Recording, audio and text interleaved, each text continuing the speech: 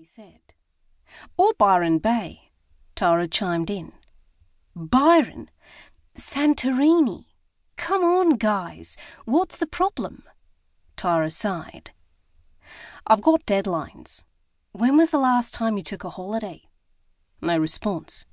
I'll tell you. 3 years ago. You give your all to that magazine. Besides, didn't you say you'd had enough of Melinda? Melinda was Tara's maniacal boss. Tara swallowed an olive.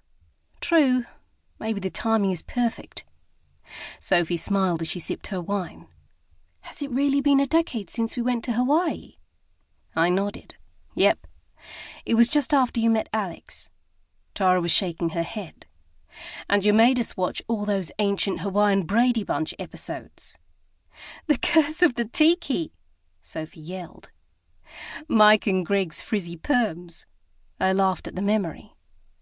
I was terrified about parasailing, Sophie said.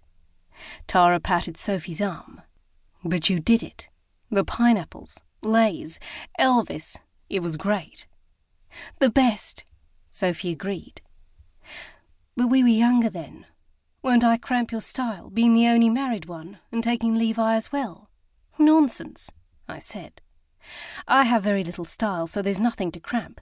What do you say? A break would be nice, Tara mused. Especially in Santorini, Sophie added. So, we're all agreed? We clinked glasses and danced around the living room singing Dancing Queen and sloshing wine. The deal was sealed. 10 days from now, we'd fly off on the holiday of a lifetime. I neglected to mention how this little venture had really come about, or that after our sojourn, I'll be looking for a new job. It wasn't as though I'd been sacked or anything. No, Marcus was too smooth for that. Instead, he'd orchestrated my removal from the office for 2 weeks, so I could get over my ill-advised fling with him by way of an all-expenses-paid vacation in Europe. He'd dropped hints about the difficulty of our working together after that. I felt like such an idiot. Marcus, a self-made millionaire, had built up one of the largest importing firms, olives, oils, that kind of thing, in Australia. He was good-looking, charismatic, and for the past few months I'd been... well, I hadn't been myself, so I'd been vulnerable to his considerable charms. I'd slept with him once, a while back, even though I'd known it was wrong on so many levels. First, he was my boss. Second, he was married. Well, newly separated, and the levels went on. I swear I'm not the sort of person who sleeps with married men, newly separated or not. And after that first time, I promised myself it wouldn't happen again. But it did, a further dozen times. What was I thinking? Anyway, it was over now, truly over. When Marcus's soon-to-be ex-wife Trish came into the office a couple of weeks ago, I'd felt physically ill. It didn't matter that they were no longer together.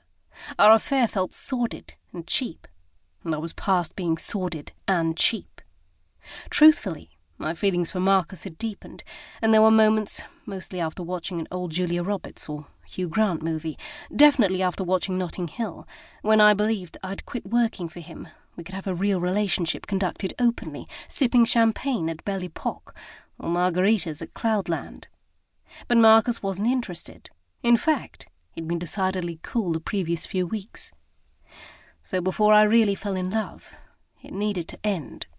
True to my good intentions, the day after Trish's visit, I hung around the office until the other staff had left for the evening.